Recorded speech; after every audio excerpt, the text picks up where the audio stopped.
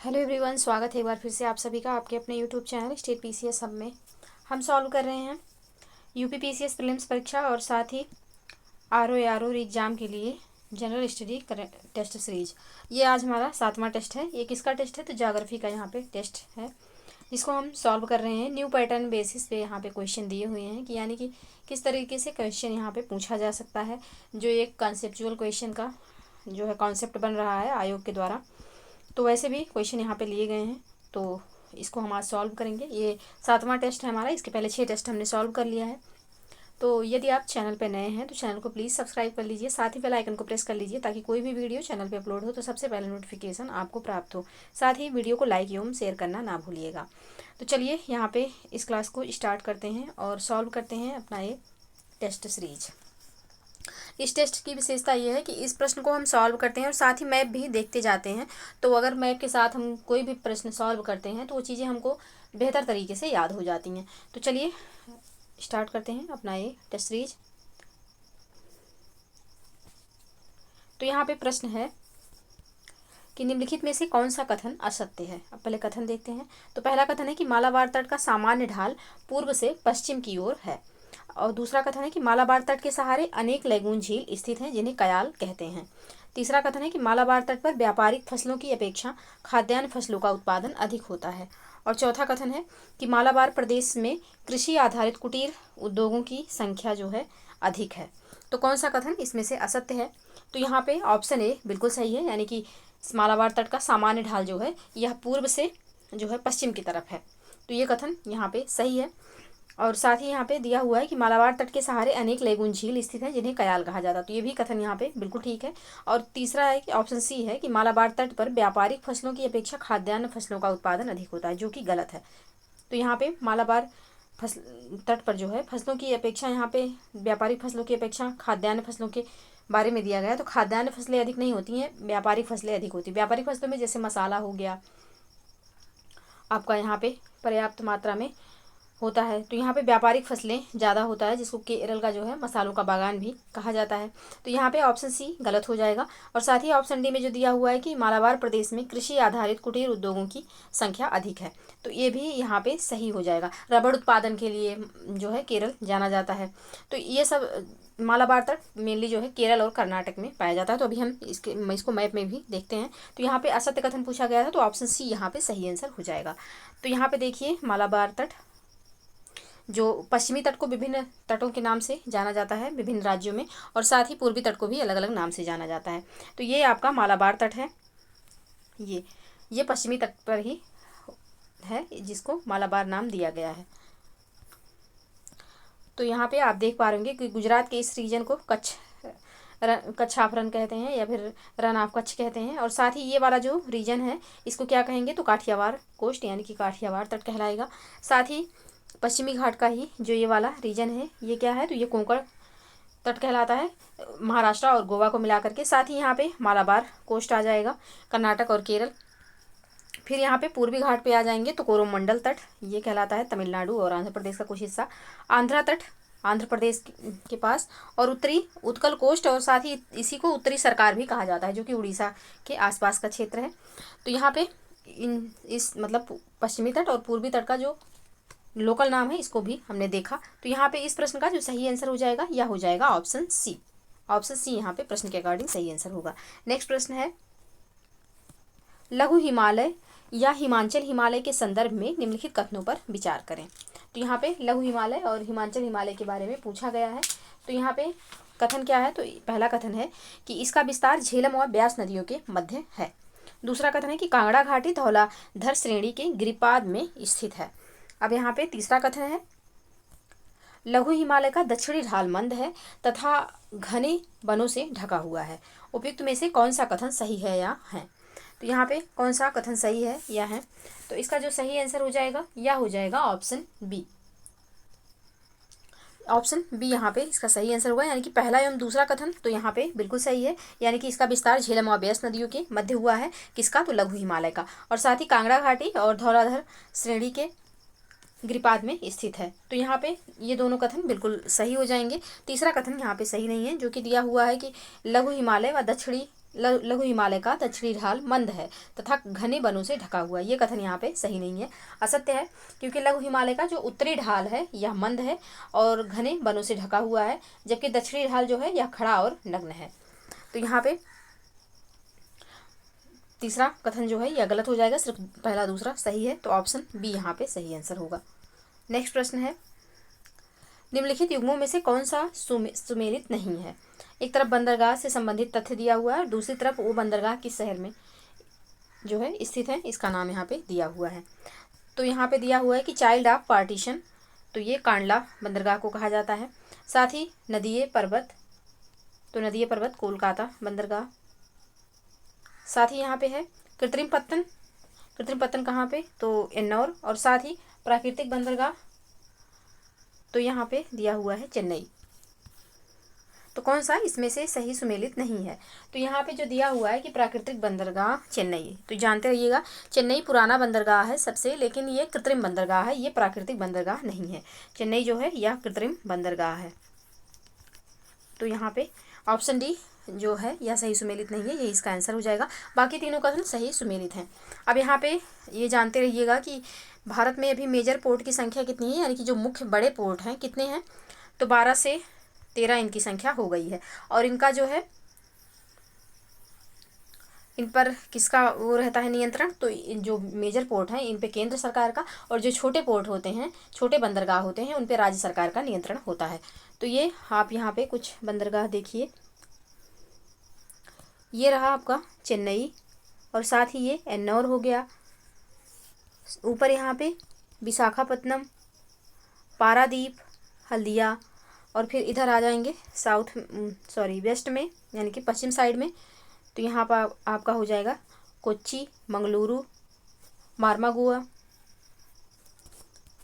और साथ ही फिर यहाँ पे जवाहरलाल नेहरू पोर्ट ट्रस्ट, और साथ ही यहाँ पे आ जाएंगे आप कच्छ में दीनदयाल पोर्ट, जिसको पहले कांदला के नाम से जाना जाता था। ये रहा दीनदयाल पोर्ट। तो ये कुछ मेजर पोर्ट थे जिनको हमने मैप के बेसिस पे देखा। तो इस प्रश्न का जो सही आंसर हो जाएगा यह हो जाएगा ऑप्शन डी, यानी कि प्राकृतिक बंदरगाह चेन्नई नहीं है, तो ऑप्शन डी यहाँ पे सही आंसर होगा, जो कि सही सुमेलित नहीं है। नेक्स्ट प्रश्न है,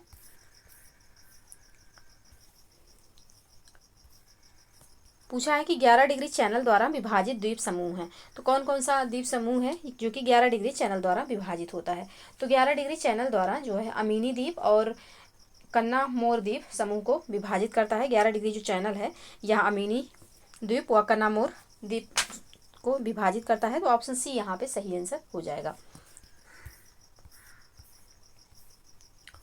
ये जो है लक्षद्वीप के द्वीप हैं, ये आपका 8 डिग्री हुआ, उसके ऊपर 9, यहाँ पे 10 और यहाँ पे कुछ 11।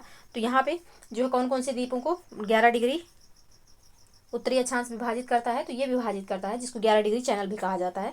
याद रखिएगा कि ये 11 डिग्री कुछ नहीं, तो ये अक्षांश ही है, इसी को चैनल बोल दिया गया है। तो ये विभाजित करता है अमीनी द्वीप को और कन्ना मोर द्वीप को, जो कि किसके पार्ट हैं, तो ये लक्षद्वीप समूह के पार्ट हैं। तो यहाँ पे याद रखिएगा, जो कि अरब सागर में स्थित है। नेक्स्ट प्रश्न है, तमिलनाडु तट पर वर्षा ऋतु में शुष्क रह जाता है। तमिलनाडु तट जो है यह वर्षा ऋतु में शुष्क रह जाता है, जिसका कारण है, तो इसका कारण यहाँ पे 3 पॉइंट दिया हुआ है। पहले पॉइंट देखते हैं, तमिलनाडु तट बंगाल की खाड़ी की मानसून पवनों के समानांतर पड़ता है। दूसरा कथन है कि यह दक्षिण पश्चिम मानसून की अरब सागर शाखा के वृष्टि छाया क्षेत्र में स्थित है। और साथ ही यहाँ पे जो तीसरा कथन है कि तमिलनाडु तट पर समुद्री जलवायु का प्रभाव है।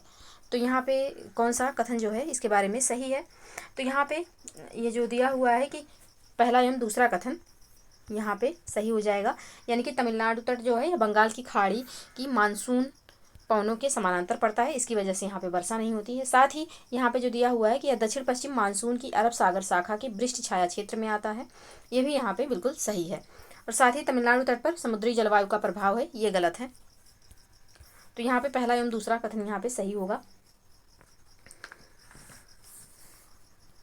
तो वर्षा ऋतु में जो है तमिलनाडु तट, ये वाला पार्ट यहाँ पे बात हो रही है इस क्षेत्र की। तो यहाँ पे जो वर्षा होती है लौटते हुए मानसून से होती है। तो लौटता हुआ मानसून आप लोगों को पता ही होगा कि मानसून का जो प्रावर्तन, यानी कि जो मानसून वापस लौटता है, तो ये करीब अक्टूबर नवंबर और दिसंबर तक भी वापस होता है। तो ये बंगाल की खाड़ी की जब ये वाली इस साइड से मानसून वापस लौटता है तो यहाँ पे वर्षा होता है ठंडी में। और जब यहाँ से मानसूनी पवनें इधर से प्रवेश करती हैं तो ये जो है वृष्टि छाया क्षेत्र में आ जाता है, कुछ पहाड़ियाँ हैं जिसकी वजह से ये वाला क्षेत्र यहाँ पे बारिश नहीं हो पाती है। तो यही यहाँ पे प्रश्न में बताया गया है। तो इसका पहला एवं दूसरा पॉइंट सही होगा, तीसरा सही नहीं है। क्योंकि प्रश्न में पूछा गया है सही पॉइंट, तो ऑप्शन 20 का सही आंसर हो जाएगा। नेक्स्ट प्रश्न है, निम्नलिखित में से कौन सा कथन गलत है। पहला कथन है कि अन्नामलाई पहाड़ी की अवस्थिति नीलगिरी पहाड़ी के दक्षिण में है। दूसरा कथन है कि दक्षिण भारत की सर्वोच्च चोटी अन्नामलाई पहाड़ी पर स्थित है। तीसरा कथन है ऑप्शन सी है कि पर्यटक स्थल कटी अन्नामलाई पहाड़ी पर स्थित है। पर्यटक स्थल कटी जो है अन्नामलाई, ये कटी नहीं है, ऊटी होगा, गलत मिसप्रिंट हो गया है, ऊटी अन्नामलाई पहाड़ी पर स्थित है। कोडाई कनाल पालनी पहाड़ी पर स्थित है। तो कौन सा कथन यहाँ पे गलत है, गलत कथन पूछा गया है। तो ऑप्शन सी में जो यहाँ पे दिया हुआ है कि पर्यटक स्थल ऊटी जो है यह अन्नामलाई पर्वत पर स्थित है, ये कथन यहाँ पे सही नहीं है। ऑप्शन सी यहाँ पे सही नहीं है और यही इसका आंसर हो जाएगा। बाकी ये तीनों कथन यहाँ पे बिल्कुल सही हैं। तो ऑप्शन सी प्रश्न के अकॉर्डिंग यहाँ पे सही आंसर होगा। नेक्स्ट प्रश्न है, निम्नलिखित में से कौन सा या से कथन सही है। पहला है कि भारत के पश्चिमी तटीय मैदानों की तुलना में पूर्वी तटीय मैदानों में जनसंख्या का बसाव अधिक है। दूसरा कथन है कि पूर्वी तटीय मैदान का विस्तार अधिक है तथा कृषि की दृष्टि से अधिक उपयुक्त है। तो यहाँ पे कौन सा कथन इसका सही आंसर होगा। तो यहाँ पे दोनों कथन बिल्कुल सही दिया हुआ है, यानी कि भारत का जो पश्चिमी तटीय मैदान है यहाँ की तुलना में जो पूर्वी तटीय मैदान है, पूर्वी तटीय मैदान क्या है कि यहाँ पे ऊंचाई कम है, अभी मैप में देखते हैं। और साथ ही यहाँ पे जो दूसरा कथन दिया हुआ है कि पूर्वी तटीय मैदान का विस्तार अधिक है तथा कृषि की दृष्टि से अधिक उपयुक्त है, तो ये भी कथन यहाँ पे सही हो जाएगा। दोनों कथन यहाँ पे सही है, ऑप्शन इसका सी यहाँ पे बिल्कुल सही आंसर हो जाएगा। तो आइए थोड़ा सा मैप देखते हैं। ये रहा मैप, पूर्वी घाट और पश्चिमी घाट के बारे में यहाँ पे चर्चा हो रही है। तो ये रहा पूर्वी घाट और ये पश्चिमी घाट। तो पश्चिमी घाट जो है इसकी जो ऊंचाई है 6 राज्यों में ये फैला हुआ है पश्चिमी घाट, और इसकी जो ऊंचाई है वो इधर जब उत्तर से दक्षिण की तरफ आते हैं तो इसकी ऊंचाई बढ़ती जाती है। यहाँ पे आप देख पाएंगे नीलगिरी, अन्नामलाई और साथ ही कार्डमम, 3 पहाड़ियाँ हैं जो कि दक्षिण भारत की यहाँ पे सबसे ऊंची चोटी अन्नामलाई जो है, अन्नामलाई पर्वत की अनाईमुड़ी चोटी सबसे ऊंची है और ये इसी एरिया में ये पाई जाती है, इस बेल्ट में। तो यहाँ पे इसकी ऊंचाई बढ़ जाती है और यहाँ पे जो क्षेत्र है ये पथरीला है, पर्वतीय एरिया है पश्चिमी घाट का। तो यहाँ पे दर्रे पाए जाते हैं और ये जो कोस्टल तट है यानी कि यहाँ पे ये बहुत चौड़ा ना होकर के, तो यहाँ पे खेती वगैरह नहीं होता है। इस रीजन में ऐसा नहीं है। इस रीजन की जो नदियां हैं ये पर्वतों से बहती हुई आती हैं और डायरेक्ट नदी में गिर जाती हैं, एस्चुरी बनाती हैं। ये जो है निक्षेप अपने साथ नहीं लाती हैं, अवसाद नहीं लाती हैं, जो कि जब अवसाद लाती तो ये डेल्टा बनाती हैं, और डेल्टा बनाती तो शायद खेती का ऑप्शन रहता भी, लेकिन अब यहाँ पे डेल्टा नहीं बनाती हैं। तो इस वाले रीजन में क्या होता है कि विद्युत का जो है एस्चुरी की वजह से विद्युत निर्माण हो सकता है। तो यहाँ पे उतना ज़्यादा जो है कृषि नहीं है। जबकि ये वाला जो रीजन है यहाँ पे बहुत सारी नदियाँ हैं जो कि मैदानी क्षेत्र से इस बेल्ट से बहती हुई आती हैं और बंगाल की खाड़ी में गिरती हैं और दूर तक जाके यहाँ पे डेल्टा का निर्माण कर देती हैं। तो जब डेल्टा का, आप लोगों को पता होगा कि यहाँ पे सुंदरबन का डेल्टा है जो कि विश्व का सबसे बड़ा डेल्टा है। तो यहाँ पे जो है ये वाला क्षेत्र जो है उपजाऊ भी है क्योंकि अवसाद लाती हैं नदियाँ और खेती के लिए उपयुक्त है। तो यहाँ पे कृष्णा बेसिन हो गया, गोदावरी हो गई, ये सारी नदियाँ हो गई, तो इनकी वजह से यहाँ पे खेती का ऑप्शन रहता है और साथ ही यहाँ पे जनसंख्या का बसाव भी अधिक है। यहाँ पर्वतीय एरिया में कौन जाएगा बसने, तो ये वाला रीजन मैदानी पड़ जाता है, तो यहाँ पे लोग ज़्यादा निवास करते हैं। तो यही यहाँ पे कहा गया है जो हमने ये प्रश्न सॉल्व किया। तो यहाँ पे दोनों कथन इसके बारे में यहाँ पे सही दिया हुआ है, तो ऑप्शन सी इसका सही आंसर हो जाएगा प्रश्न संख्या 7 का। नेक्स्ट प्रश्न है, निम्नलिखित में से कौन सुमेलित नहीं है। एक तरफ दर्रा है, दूसरी तरफ राज्य दिया हुआ है, तो कौन सा इसमें से सही सुमेलित नहीं है। एक तरफ है नीति दर्रा जो कि यहाँ पे दिया हुआ है उत्तराखंड, दूसरा है सनकोट्टा दर्रा जो कि जम्मू कश्मीर, और बोमडिला दर्रा अरुणाचल प्रदेश। तो कौन सा इसमें सही सुमेलित नहीं है। तो यहाँ पे सनकोट्टा दर्रा दिया हुआ है जम्मू कश्मीर, जो कि यहाँ पे सही सुमेलित नहीं है क्योंकि सनकोट्टा दर्रा जो है यह केरल राज्य में इलायची पहाड़ी पर स्थित है जो केरल को तमिलनाडु से अलग करता है। तो यहाँ पे ये ऑप्शन बी दूसरा जो है ये यहाँ पे सही सुमेलित नहीं है। सनकोट्टा दर्रा जो है केरल को तमिलनाडु से अलग करता है, किस पहाड़ी पर स्थित है, कार्डमम यानी कि इलायची की पहाड़ी पर स्थित है। तो यहाँ पे ऑप्शन जो है इसका जो सही आंसर हो जाएगा ऑप्शन बी यहाँ पे बिल्कुल सही आंसर हो जाएगा। साथ ही बोमडिला दर्रा जो है ये कहाँ पे स्थित है, तो अरुणाचल प्रदेश में स्थित है। और नीति दर्रा ये भी यहाँ पे उत्तराखंड में स्थित है, बिल्कुल सही सुमेलित है। ऑप्शन जो है यहाँ पे दूसरा पॉइंट सही सुमेलित नहीं है। तो प्रश्न में पूछा भी गया है कौन सा सुमेलित नहीं है, तो ऑप्शन बी यहाँ पे सही आंसर हो जाएगा। नेक्स्ट प्रश्न है,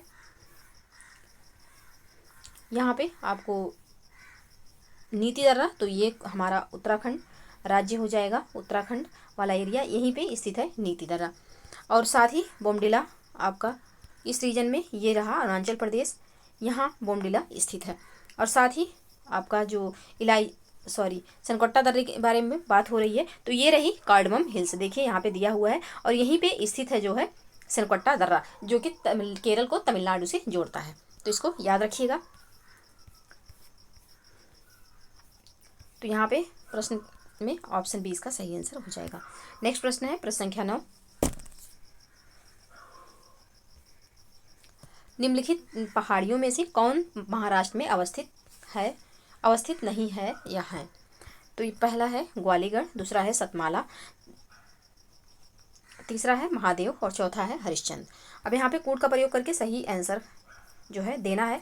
तो आइए सबसे पहले देखते हैं कि कौन कौन सी पहाड़ियाँ कहाँ पर स्थित हैं। पहले थोड़ा सा मैप देखते हैं, मैप कहाँ चला गया वो वाला, रुकिए पहले मैप देखेंगे।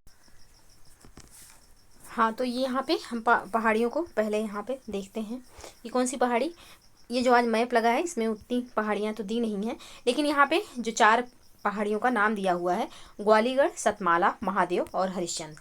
तो यहाँ पे पूछा गया है कि कौन कौन सी जो है यह महाराष्ट्र में अवस्थित नहीं है, महाराष्ट्र के बारे में पूछा गया है। तो महाराष्ट्र में कौन कौन सी अवस्थित नहीं है, तो यहाँ पे जो महादेव श्रेणी दिया हुआ है ऑप्शन 2 में दूसरा पॉइंट, यानी कि महादेव श्रेणी, तो महादेव श्रेणी जो है कहाँ पे स्थित है, तो ये मध्य प्रदेश में स्थित है, इस वाले रीजन में महादेव श्रेणी स्थित है। बाकी जो ग्वालीगढ़ दिया हुआ है, सतमाला दिया हुआ है और हरिश्चंद्र, ग्वालीगढ़, सतमाला और हरिश्चंद्र ये इस रीजन में यानी कि महाराष्ट्र में स्थित हैं। ये तीनों कहाँ स्थित है, तो महाराष्ट्र में स्थित है। बाकी जो ये यहाँ पे महादेव पहाड़ी दिया हुआ है, ये महादेव पहाड़ी जो है यह एमपी में यानी कि मध्य प्रदेश में स्थित है। बाकी ग्वालीगढ़, सतमाला और हरिश्चंद्र तीनों जो है महाराष्ट्र में स्थित हैं। तो यहाँ पे प्रश्न पूछा गया है कि कौन सा महाराष्ट्र में अवस्थित नहीं है, तो इसका जो सही आंसर हो जाएगा यह हो जाएगा केवल 2, ऑप्शन बी यहाँ पे सही आंसर होगा। नेक्स्ट प्रश्न है, कुमायूं हिमालय के विषय में निम्नलिखित कथनों पर विचार कीजिए। पहला कथन है कि इसका विस्तार काली नदी से तीस्ता नदी तक है। दूसरा है कि यहाँ केदारनाथ तथा बद्रीनाथ जैसे अनेक महत्वपूर्ण पर्वतीय चोटियाँ हैं। तीसरा कथन है कि मिलाम तथा गंगोत्री हिमनद इसी क्षेत्र में हैं।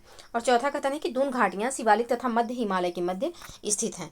अब यहाँ पे उपयुक्त में से कौन सा कथन सही है या है, तो यहाँ पे कौन से कथन सही होंगे, तो इसका जो सही आंसर हो जाएगा यहाँ पे पहला कथन जो दिया हुआ है कि इसका विस्तार काली से तीस्ता नदी के बीच में है, ये गलत है।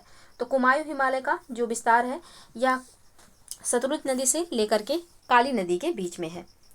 तो यहाँ पे काली से तीस्ता नहीं, सतलुज से काली के बीच में है। काली नदी से तीस्ता नदी के बीच में कौन सा हिमालय हो जाएगा, तो नेपाल हिमालय हो जाएगा।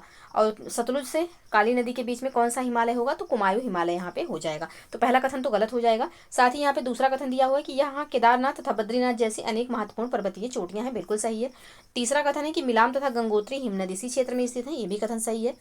और साथ ही यहाँ पे ऑप्शन जो चौथा पॉइंट दिया हुआ है कि दून घाटियाँ शिवालिक तथा मध्य हिमालय के मध्य स्थित है, ये भी कथन यहाँ पे सही है। तो दूसरा, तीसरा एवं चौथा कथन सही है, पहला कथन गलत हो जाएगा। क्योंकि यहाँ पे प्रश्न में सही पूछा गया है, तो सही ऑप्शन सी इसका सही आंसर हो जाएगा। नेक्स्ट प्रश्न है, निम्नलिखित कथनों पर विचार कीजिए। पहला कथन है कि हिमालय की उत्तरी ढाल पर दक्षिणी ढाल की तुलना में अधिक सूर्यतप की प्राप्ति होती है।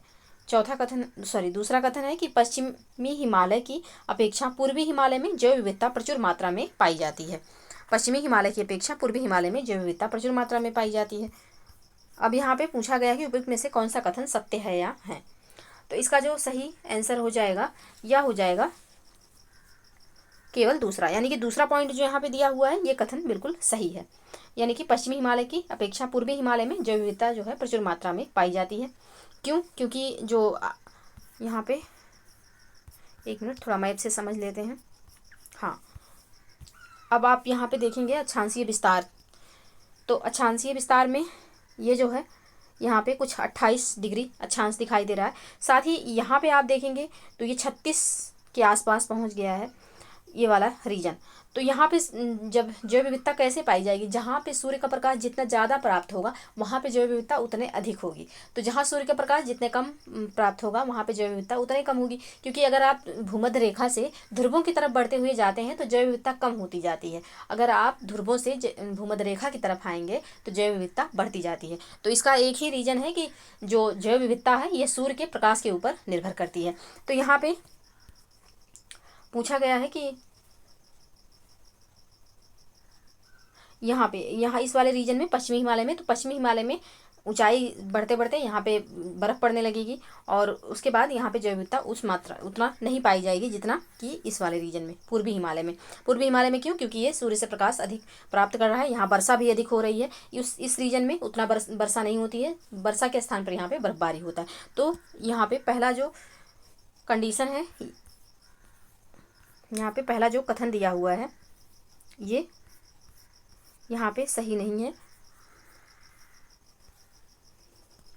लेकिन दूसरा कथन यहाँ पे सही है। अब पहला कथन दिया हुआ है कि हिमालय की उत्तरी ढाल पर दक्षिणी ढाल की तुलना में अधिक सूर्यताप की प्राप्ति होती है। तो यहाँ पे भी इसको भी थोड़ा सा मैप में समझ लीजिए, कॉन्सेप्ट क्लियर हो जाएगा, नहीं तो कन्फ्यूजन रहेगी। अब यहाँ पे कह रहा है कि दक्षिणी ढाल की हिमालय की उत्तरी ढाल पर दक्षिणी ढाल की तुलना में अधिक सूर्यताप की प्राप्ति होती है। अब ये रहा, मान लीजिए ये रहा हिमालय। हिमालय का दक्षिणी ढाल कौन सा होगा? तो ये वाला रीजन जो हो जाएगा ये हिमालय का दक्षिणी ढाल हो जाएगा। अब यहाँ पे इस वाले एरिया में ये वाला एरिया इसका उत्तरी ढाल हो जाएगा, क्योंकि यहाँ पे मैप में ये उत्तर है और ये दक्षिण है।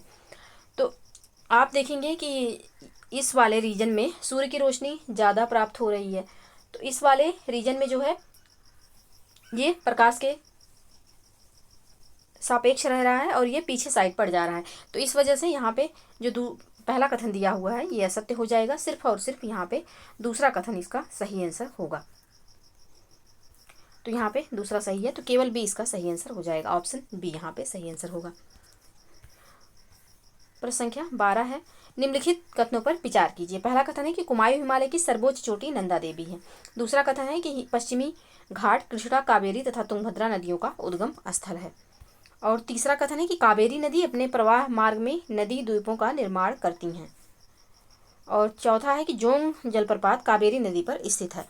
अब यहाँ पे पूछा गया है कि उपयुक्त कथन में से कौन सा सही है या है।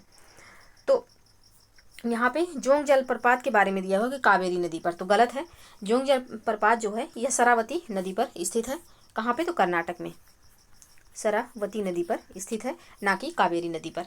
और साथ ही यहाँ पे तीसरा कथन है कि कावेरी नदी अपने प्रवाह मार्ग में नदी द्वीपों का निर्माण करती है।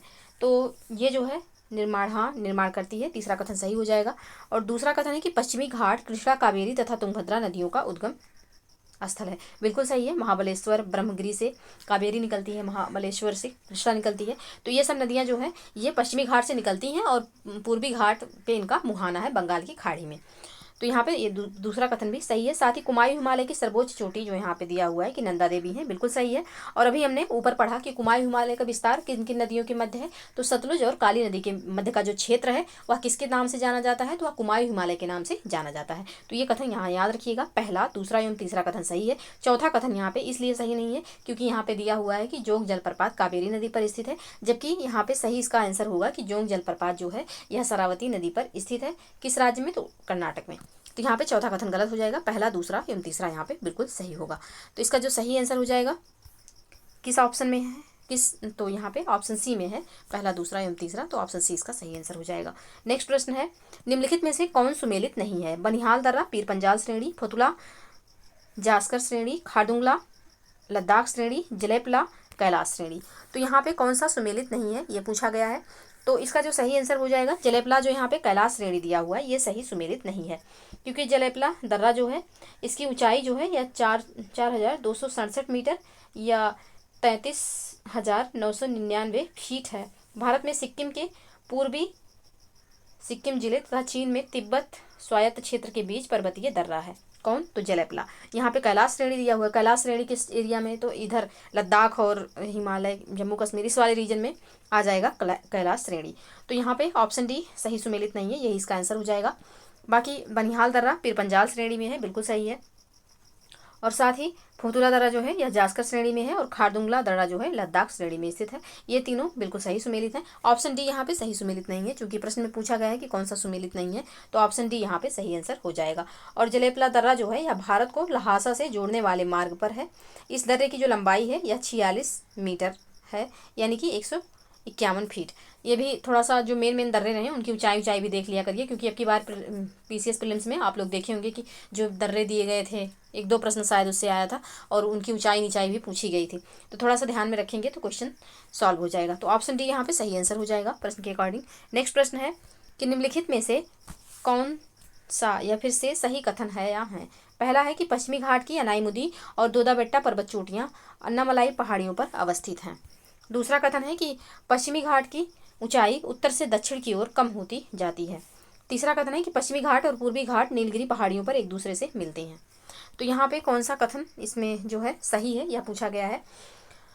तो यहाँ पे पहला कथन दिया हुआ, पहले व्याख्या कर लेते हैं इनकी, कि पश्चिमी घाट की अनाईमुदी और दोदा बेट्टा पर्वत चोटियाँ अन्नामलाई पहाड़ियों पर स्थित हैं, जो कि गलत है।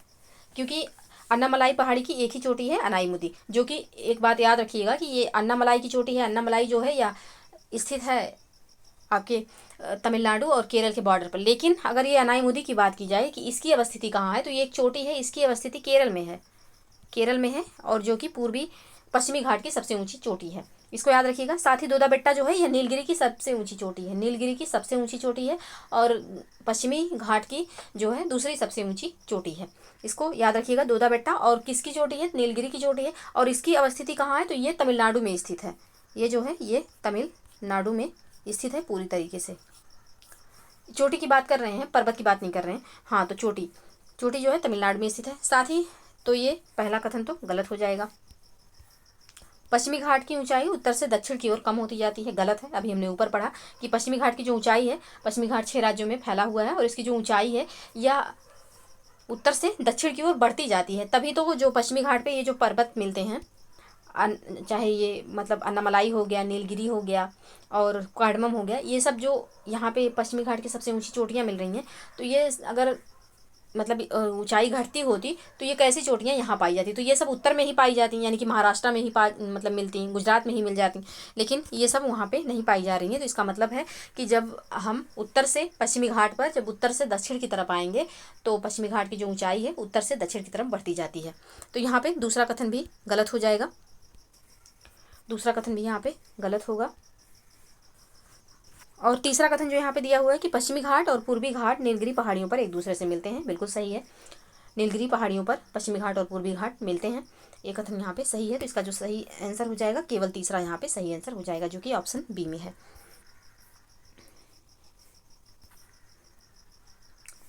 यहाँ पे ये देखिए नीलगिरी रीजन आपको दिख रहा है, ये नीलगिरी पहाड़ियाँ हैं, यहीं पे पश्चिमी घाट और पूर्वी घाट मिलते हैं। नेक्स्ट प्रश्न है करेवा के बारे में। निम्नलिखित में से कौन से कथन सही है? यहाँ है करेवा निक्षेप जम्मू कश्मीर में पाए जाते हैं। दूसरा है कि करेवा जाफरान की कृषि के लिए प्रसिद्ध है। अब जाफरान अगर ना समझ में आए तो ये जानिएगा केसर के लिए यहाँ पे केसर की बात हो रही है। तो यहाँ पे बिल्कुल सही है कि जो करेवा मिट्टी है यह जाफरान यानी कि केसर की कृषि के लिए प्रसिद्ध है, बिल्कुल सही है। और करेवा निक्षेप जो है यहाँ पे ये जम्मू कश्मीर में ही पाया जाता है। तो पहला एवं दूसरा कथन यहाँ पे दोनों सही हो जाएगा। तो इसका जो सही आंसर होगा यह हो जाएगा ऑप्शन सी, यानी कि दोनों कथन यहाँ पे सही हैं। करेवा निक्षेप जो है जम्मू कश्मीर में पाए जाते हैं, जिनका उपयोग जो है यह केसर के स्थानीय जाफरान की कृषि में किया जाता है। ये याद रखिएगा कि जाफरान जो है यह केसर का ही एक किस्म है, वैरायटी है, और ये इस वाले रीजन में जो है करेवा मिट्टी पाई जाती है, इस वाले रीजन में यहाँ पे जाफरान की खेती भी होती है जम्मू कश्मीर में। तो ये रहे 15 प्रश्न जिनको हमने सॉल्व किया। आई होप कि आप लोगों को वीडियो पसंद आए। वीडियो पसंद आए तो प्लीज़ लाइक एवं शेयर कर दिया करिए, और साथ ही अगर आपको ये क्लास अच्छी लगती हो तो कंटिन्यू करने का कमेंट भी कर दिया करिए कमेंट बॉक्स में, ताकि ये पता चले कि हाँ आप लोगों को पसंद आ रही है ये क्लासेस। क्योंकि इतना मेहनत करने का कोई मतलब नहीं है। जब 200-250 व्यूज जाता है तो फिर कोई मतलब अंदर से मोटिवेशन नहीं आता, डिमोट होता है इंसान। तो आप लोगों को यदि ये क्लास अच्छी लगे तो प्लीज़ कंटिन्यू जरूर लिखा करिए कमेंट बॉक्स में। तो आज के लिए बस इतना ही, मिलते हैं नेक्स्ट वीडियो में। तब तक के लिए आप लोग पढ़ते रहिए, स्वस्थ रहिए। जय हिंद, जय भारत।